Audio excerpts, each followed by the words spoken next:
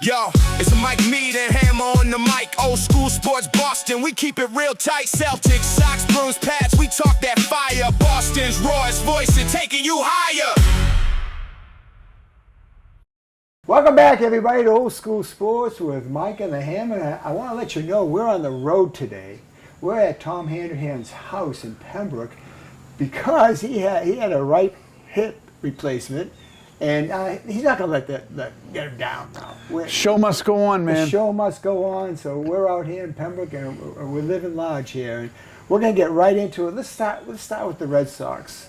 You know, topsy-turvy Red Sox. Yeah, I mean, he went on all this. We don't have to get into the exact stats, but they went on this big run, and now they settle back a little bit. Are you still bullish on them? No. No? Okay. Hey, when they were 27-3 in 30 games, you asked me to eat crow, and I refused. And I'm so happy. One, it would have tasted like crap, and second of all, I was right. But that was a couple weeks ago. The last show we did, you did eat a little crow, if I remember right. Maybe a smidgen, but I don't know. I'm highly medicated, so I don't think you heated it up. I think it was just a little nibble. Yeah. But look what they've done lately. I mean, they just had a 3-game series. They've lost 2 out of 3 to the A's at home. They lost 3 out of 4 to Toronto on the road, and they lost 2 out of 3 to Pittsburgh on the road. And what do all those teams have in common? They're all in last place. Right. This was the part of the schedule they could have legitimized their 27-3 record, in July, and they fell on their face. I read this article in the paper, and it wasn't even a sports writer, but it was for the Globe, and they were talking about statistic-wise and how these things can have a life of their own. When you go off on a run, you're more likely, if you keep winning, you're going to keep winning. And then once you start that losing, that goes the same way. Yeah, that's what I was saying. Yeah. That's why I said it wasn't sustainable. That's exactly what I meant. That you can't go... How many winning months have the Red Sox had this year? Well, we already know it's one. One winning month. March, April, May, June, 4 losing months. And this month, I think they're 11-9 or something, or 9-8 or whatever. Did they lose a game in July? It was like 2 games or something? Yeah, but the thing is, it's not sustainable. Right. But they were riding the big wave.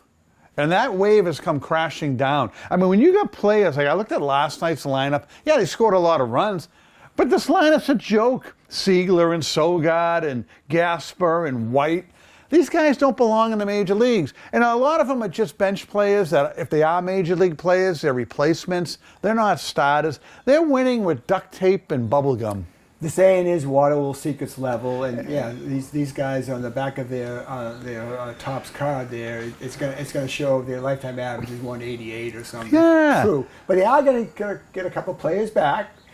Story's coming back. I don't know if you want that to happen. Well, they're saying this Friday Story could come back, so there's a major league hitter in your lineup. Yeah. So that, I mean, yeah, even though they said he's not a pain in the ass, he's just always hurt and kind of an entitled player, but he won't ruin the clubhouse at all. So I think it's good to get him back because then you can get some of these other bums out of the lineup. Yeah. And then Roman Anthony, we were just talking with the man on the street segment, Bob. Yeah. He's going up to the Portland Sea Dog game tonight. Okay, welcome back, everybody, to Old School Sports with Mike and the Hammah. And I'm Mike Mead out here with a faithful watcher of our show, Old School Sports, Bob. And we're going to call this the Man on the Street segment. Bob, I want your input there. Tell me, what's going on with the Red Sox in your mind? I think they really, really miss a consistent big bat.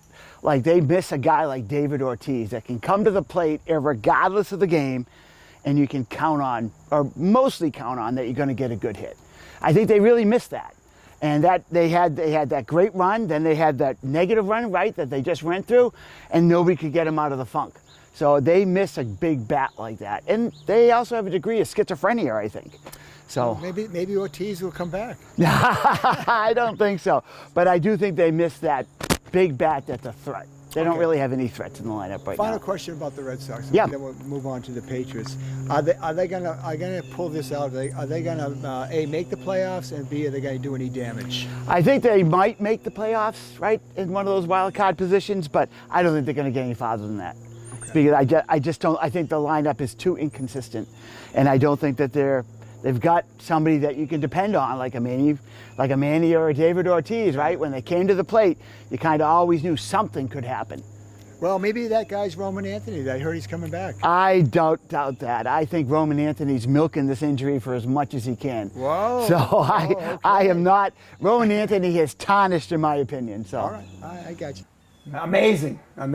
That let's see, and put him in the first slot like they bat Ohtani. Put him right in the number one spot like he did last year, and let's see what he can do. He probably, if he comes back at the end of the month, what will he have? He'll have the month of September. That's it.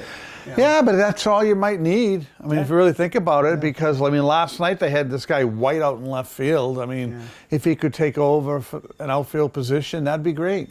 Yeah, you were just talking about how they lost to the A's and the Blue Jays and the Pirates and everything. The good news is, since June 25th, they have a 20-0 record against playoff teams. Yeah, that's amazing. And in the beginning of the year, the battle cry is like, all they could do was beat bad teams. Now they've kind of reversed it. Yeah. Yeah, the only thing is, I mean, this pitching, a lot of the pitchers on the staff are young kids who have never thrown this many innings. Right. And usually by September, either you limit their innings or they start like burning oil. Right. And so I wouldn't be surprised if they, started going into the tank. I mean, one of the guys already, his last 4 or 5 starts has been pretty poor. Yeah. So that kind of early trade's going to come back and bite him in the ass. But there are a couple of surprises. One being Bennett, the other one being Tolley. You know, I mean, so they have a pretty formidable starting lineup, and supposedly the Manchester says it's the best bullpen in baseball. It is the best bullpen in baseball. But I mean, Slayton just is on the DL now. Yeah. Another guy's on the DL. I mean, they're starting to get some injuries. I mean, everything went perfect for them for that 30-day span. Right. And like you said, everything comes back to roost.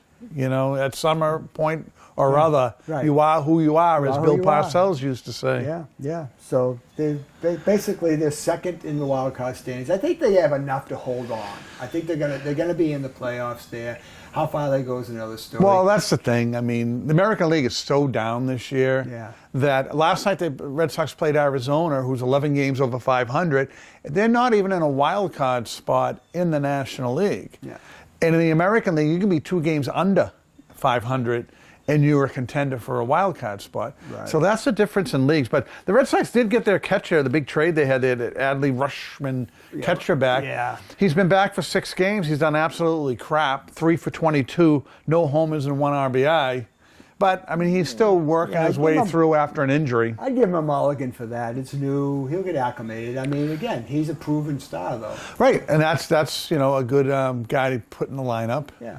And hopefully he'll, hit some home runs at Fenway, even though he hasn't really had the power the last couple of years, as he's had at the beginning of his career. But you never know. Well, look at it this way. We were sitting here, we were talking about April, May, and June. We were saying it's dead. They're not going anywhere, blah, blah, blah, right? And now we have some hope. And they're going to be in the playoffs, and we'll be able to talk about them still. Well, you know what they did? When we were mad in April and May saying they couldn't even get us to football season. But they did. They did. Because right now the Patriots, they played their first preseason game the other day, and they did what they had to do. Right. So now you have 2 things to pay attention to. So anything else on baseball? No, you open up the can. Hey, let's go with the Pats, right? All right. Let's talk about Kyle Williams. Mike the cameraman's boy. He's fired up. That was a nice catch he made. He did, and it was actually a pretty good move, and it's funny, for the first time ever we can see Mike because he's in the same room as us. Usually he's in the control room. Yeah. So the thing is, though, and right now he's giggling like a schoolgirl because you're throwing his boy roses. But I'm also going to say there was one play that I was a little disappointed with him, and Mike knows what it is. He didn't come back for a ball where it would have definitely been, pass interference, or he might even made the catch. He kind of, that's something he has to learn. Because 99 out of 100 times, that play where he could have just stopped or, and the player would have ran him over. Yeah. And it would have been a pass interference. Yeah. He's got to learn to do that because, it was like a 20-yard ball down the field. Left sideline. I didn't see the play when it happened, but I saw it on the news, and I saw the interview with Vrabel after it too. And he says, he's got to turn around on that. Yeah, he definitely does. But I mean, he'll learn. They ended up tying 13 against Indy. Yeah. But there were some good and some bads. I mean, Kyle Williams was, for me, he played pretty well. Tommy DeVito, the backup quarterback, he actually had some very good throws. He made some very good decisions. I mean, there were other times where like, oh, what kind of throw was that? But that's why he's a backup.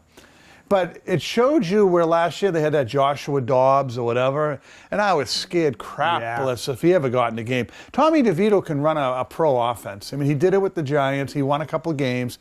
So I like their backup quarterback situation. And then the kid they drafted, he's showing off pretty good too. Mike, what's his name? No, the quarterback. They drafted a quarterback like in the 7th round or whatever this year, and he's been looking pretty good too. So I think you have 3 quarterbacks that can step in there and actually, run an offense. Forget about the third one. It's always the second one. And I think DeVito's proven himself. He had a couple of stints for the Giants where he started 4, 5, 6 games each year, and he looked pretty good. Yeah. I feel like he's a proven commodity. If something goes wrong with May, he won't miss a beat. Yeah. The thing though is I'm pounding my chest on this one. No Eli way. You've never when done they drafted him, everybody was like, what are you, crazy? A tight end from Notre Dame, blah, blah, blah. He doesn't block, gets hurt, this and that. He had a pretty good game. Okay. He made some good catches, made some good blocks and stuff. I was happy with watching him.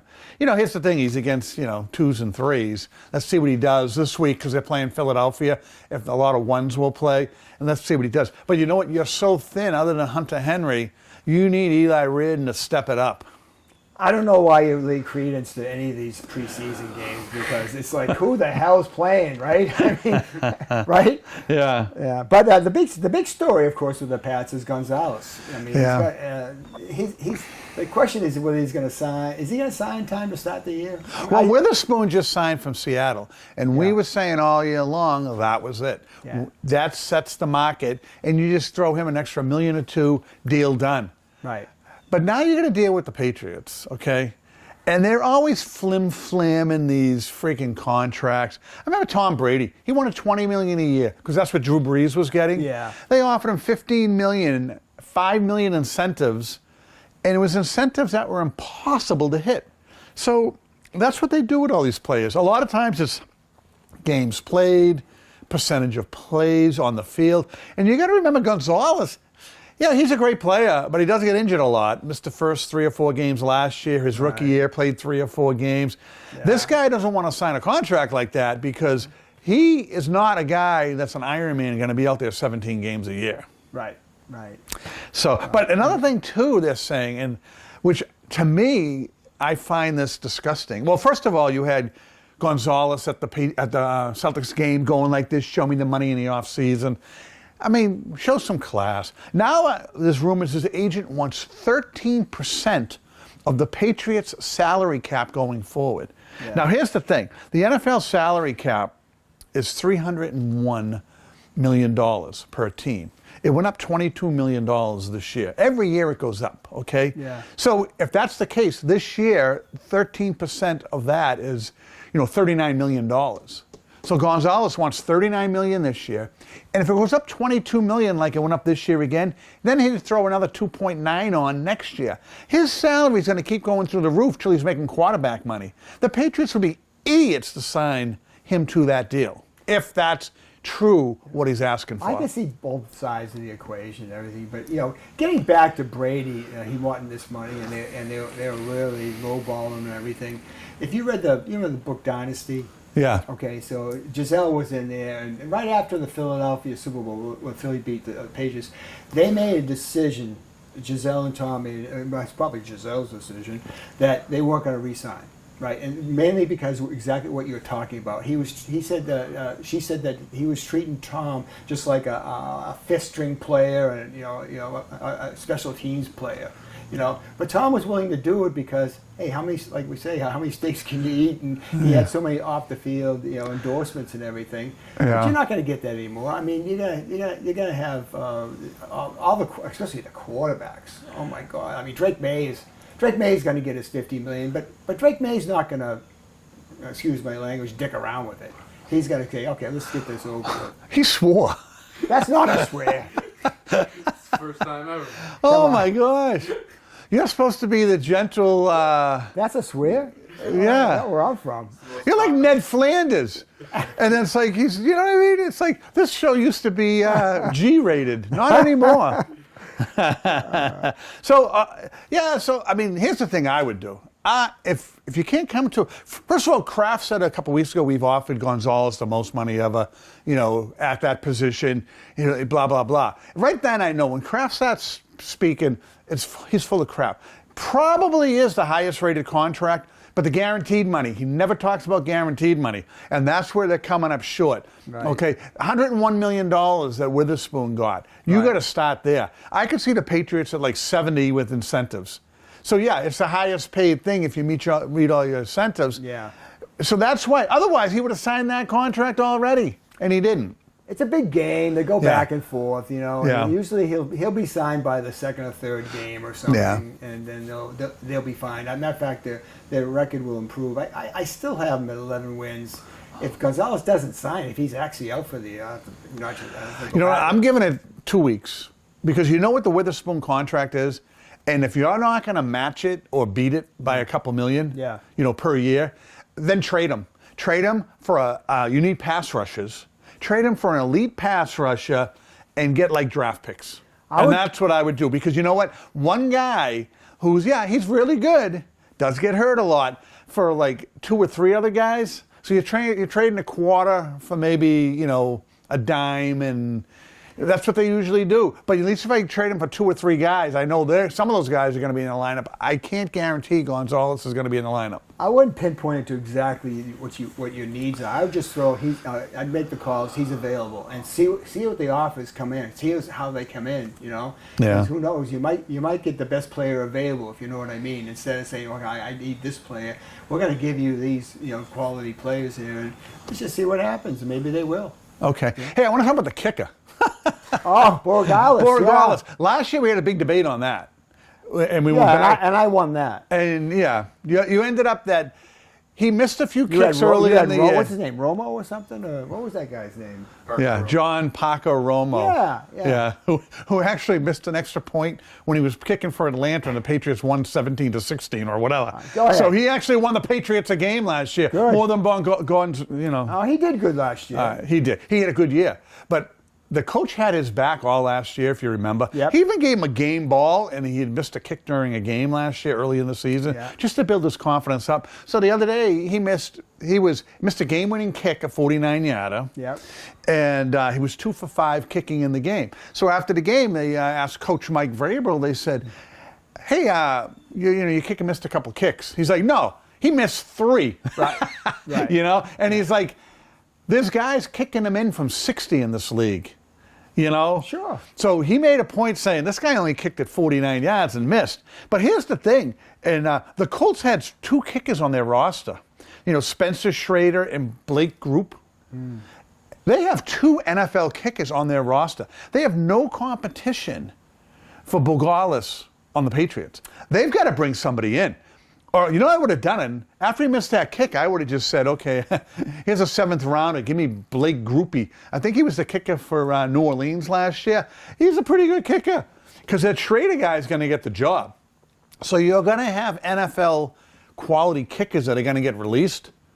Unless Indianapolis is one of these teams that have a kickoff guy, kick it in the end zone or whatever, and a field goal guy. But either way, when you just hand the keys to the kicking job, the kicker, the punter, and the kicker, and you have no competition for them because you're trying to bring in other players from other positions to generate competition there, you have 2 big fat cats.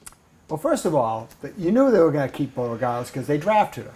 That was last year, yes. Yeah, and I'm just talking last year versus this year. That's what we're talking about, right? Yeah. All right, so last year, if you remember, he started off crappy too. He did. And Vrabel really didn't come down on him. He said, he's our guy, blah, blah, blah. But he needed the confidence. But now this guy's he's a seasoned vet. He's got a full year in. Now Vrabel's going to let him hit him with the hammer. Come on, you got to make the kicks. So he's just kind of, the first year he didn't want to destroy his confidence. I think he's going to straighten himself out just like he did last year. Yeah. Why wouldn't he? I hope so. Yeah. But it's just kind of scary. I'm more worried about the punter. Well, here's the thing with the punter. He had a great game. He averaged 51.5 yards a punt, and he had 3 inside the 20. Right. So here's my thing. He had always been good, past years. He could have been injured. You know what I'm saying? He could have had some. now In the you're making playoffs, excuses for him. No, in the playoffs, he averaged 41 yards a kick. He was terrible, I admit Yeah. that. But his whole career, he's been really Maybe good. Borregales was injured. Well, maybe, but I'll tell you one thing. The other thing, there was zero wind. It was beautiful kicking conditions, and he was 2 for 5. And he missed all 3 kicks wide left. So now it's the win for Wow. You know what? He's taking advantage of me today, isn't he? He's having pushback that he never has because I am chilled. I am mellow. I think it's this chair. I'm so comfortable here. We should have it here every week. Oh my gosh. He's turned into a monster over there.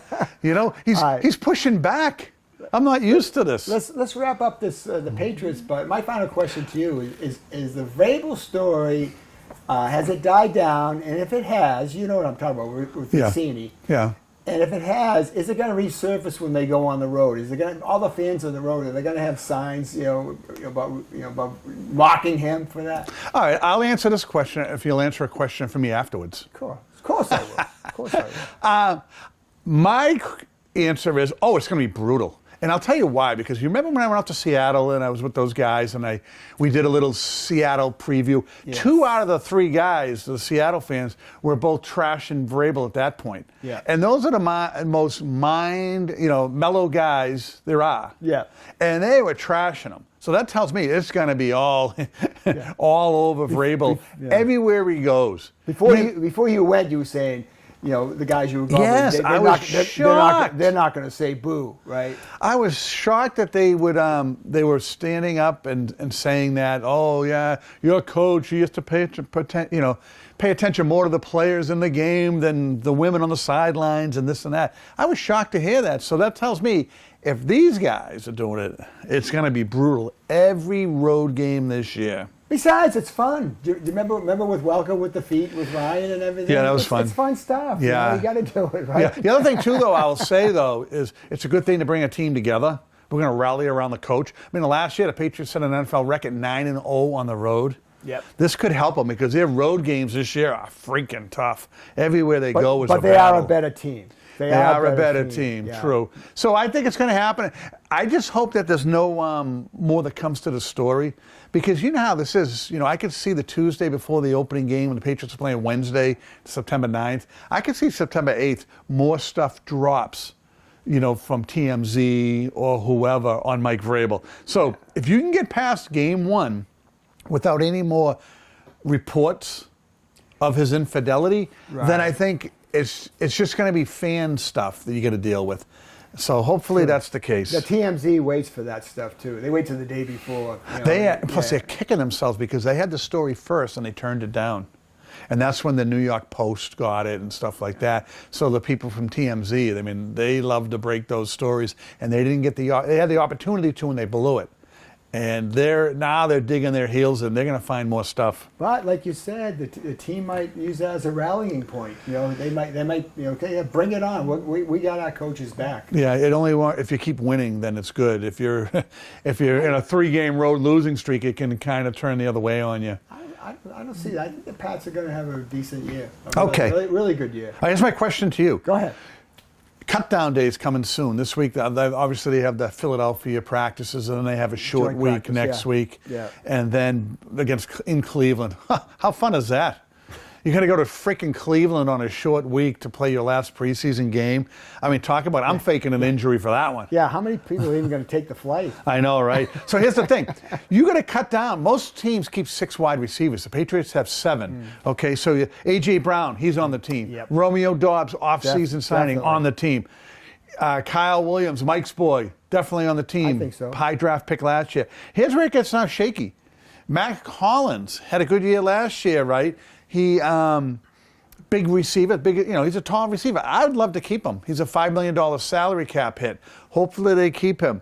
But he's the last year of his contract. Kayshon Boutte, they've been shopping him around. They can't get what they want. He's only like a $2 million cap hit. Yeah. I don't think they're going to cut him. Pop Douglas, another receiver, who I think has always underperformed. And then the young guy making no money, Efron Chisholm. Okay. So What do you do? Do you try to sneak someone through to your practice squad like an Efron Chisholm? Do you keep all 7? Do you trade Boutte for crap? What do you do?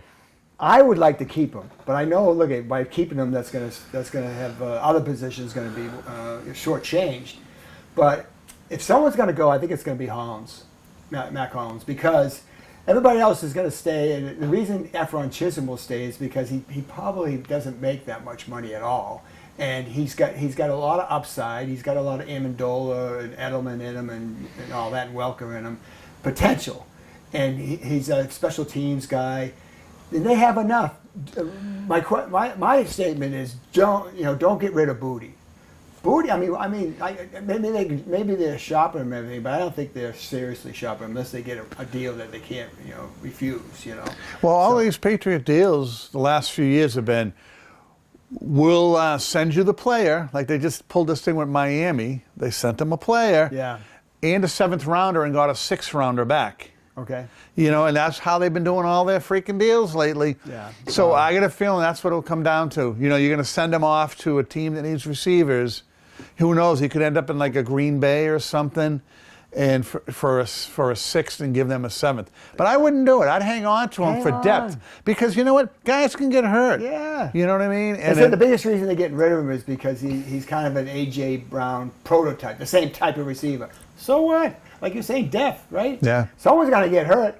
Yeah, A.J. Brown, they're saying he's got that, that knee issue. He might miss a game here or there. He usually misses a game or two a year.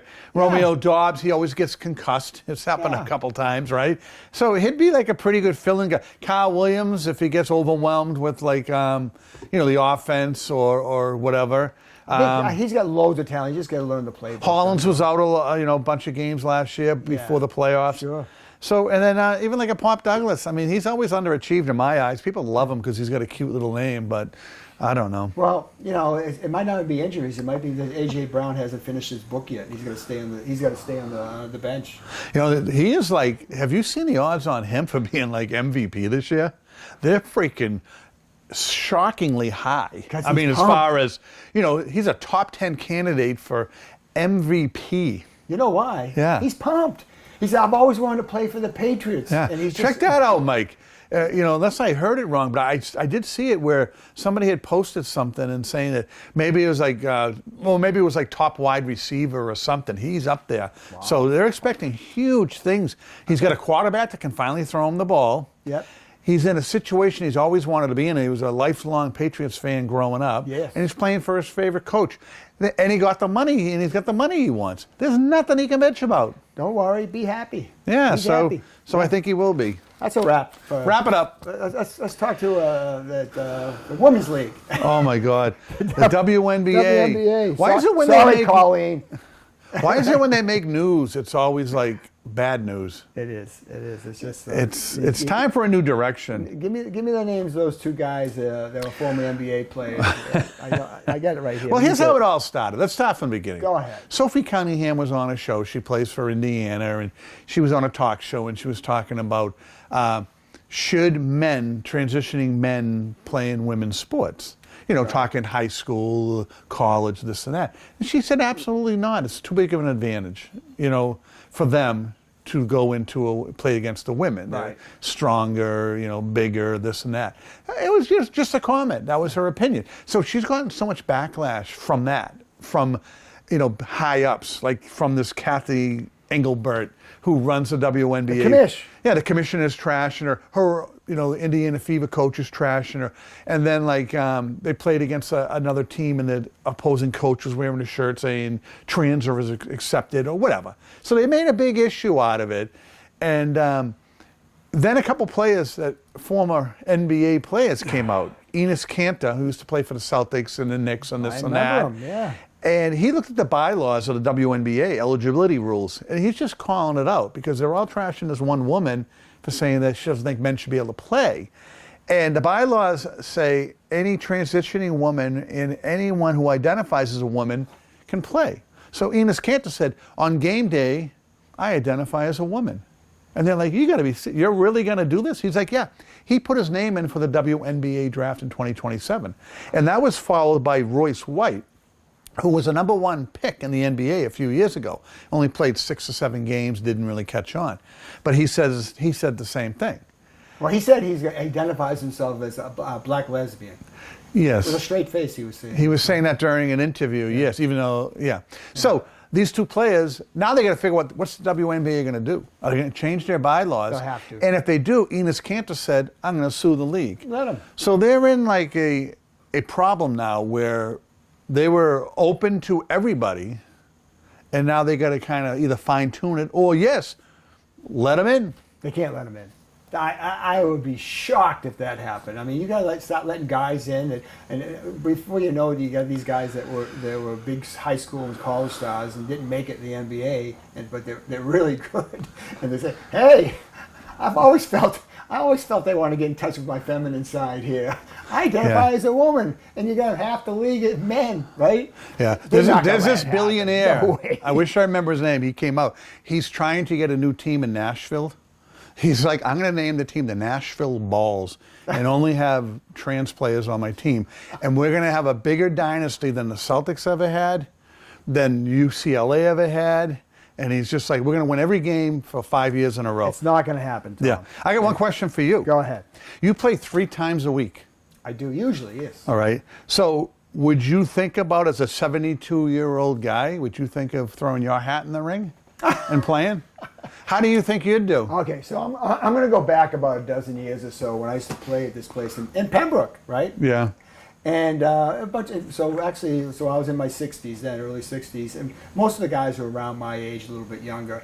And we'd go out, a lot of times we'd after the games, we'd go out and have a few beers in the parking lot. And if we didn't have players, we never got out of the parking lot, you know.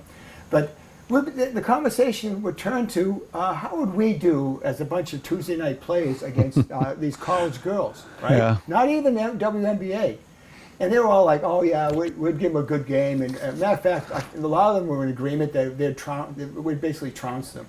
I said, "Are you out of your mind? We're a bunch of beer drinking, smoking pot people. Maybe a game breaks out, maybe it doesn't, and we're going to beat a Division I college team? No way, no way. We'd be." No, for your answer is no. There's no way in the world. I would never even I wouldn't even make the practice squad. Wow. There's a guy, I wish I remembered what his name was, but he put $10 million up, and it was a WNBA team against, they could pick their opponent, but it had to be a state high school men's basketball team. Okay. And the winner got $10 million. Either the WNBA gets the money or that school gets the money. And they didn't get a response. So you're talking about a high school championship team. A high school men's team that won their championship in the, say, Well, like, story. Massachusetts or this or that. That's a different story, yeah. I mean, they could do some damage there. Yeah, but you could take an all-star team from the WNBA or just one team from the WNBA and play these guys. Well, until they start making some more layups, I'm gonna have to defer to the men's boys team. I mean, the boys team in high school. Yeah. Because I see so many. I always say Caitlin Clark would have 20 assists a game if they half them can make their layups. You know. Right. So. Right. So, all right. Well, that's all I got. You just give us a Mike's a minute. Yeah, I got this story that just came out. I saw it on the news the other day. There's this local kid from Quincy. His name is Brendan McIntyre. He's an amateur boxer, right? And he's risen to national prominence. He's currently ranked number 3 in the country, believe it or not. He's this little skinny kid, too. So for his age class, anyway. And he won first place in the USA Junior Olympic Championships in the Summer Festival in Kansas. And that victory made him national champion. And he had a perfect amateur record, 4-0, 1 KO in mid-2026. It lists his bouts, so I'm not going to get into that. But the local coverage highlights his confidence and courage in the ring. He says he feels those qualities every time he steps between the ropes, and states his long-term goal clearly is, I want to be world champion. And so he's over the years he's collected championship belts and trophies and medals, so much so that he can't even fit anymore in his room at home. You know. So he's part of a youth amateur boxing scene in the South Shore here, and his group typically competes in short rounds. This is the good news. Short rounds with headgear And under USA boxing rules, the results are decided by judges' points. So you don't see any. These kids aren't going to get hurt. They get the full headgear, like the pros use, and when they're Sparring. practicing. Yeah. Yeah. But it's a local kid is making good, and good luck to Brendan McIntyre. Yeah, I mean, the last local guy made good was Marvin Hagler, and he went all the way to the top. Marvin, yeah. You know? God rest his soul. Yeah, middleweight champion of the world. Yeah. Remember when boxing was something, Muhammad Yeah. Ali? You knew all the boxers. You knew who Yeah. the heavyweight champion of the world was. You know, Joe Frazier, or you know, George Foreman, Muhammad Ali. Yeah. You know, now it's kind of, you know, Buster Douglas, Mike Spinks. Tyson, Michael Spinks. Spinks. But now, you have no idea who they are. No. Like, boxing is a dead sport right now. It is. Because they got so many championships. Which one is it? You know? Yeah. Is it the W this, the W that? I mean, it's like. But there's no big boxing matches on TV anymore. Like used to be the big thing. You know, closed circuit TV, or else you had to go to a bar and spend like $30 to watch, you know, a match. Well, martial arts is big, and also that's what it is. That cage fighting where the guy's down and they're still kicking them and biting them. Yeah, I never really got into the MMA stuff. It's too brutal. No. You know. But good luck to this kid. Yeah. Man. He's like number 3 in the country. But I did interview him. He looked like a little skinny kid. I was like, but they showed some highlights of him and his coach, man. Jeez. Wow, growing up on the mean streets of Quincy, the kid's making it big. That's right. That's right. That's awesome. Yeah. I thought that'd be newsworthy. Anyway. It certainly was. All right, well, thanks for joining us. If you liked it, give us a like and give us a subscribe. Yeah. And anything else you got to add? No, it was great. Hey, I like going on the road. I'm so relaxed in the living room. I don't know if I like this. You're too aggressive. You know, I'll tell you, you turned into an animal today. Yeah. You used to be like Dorothy, meek and mild. Oh me, oh mine. All right, well, thanks for watching, and we'll see you next week. Thank you.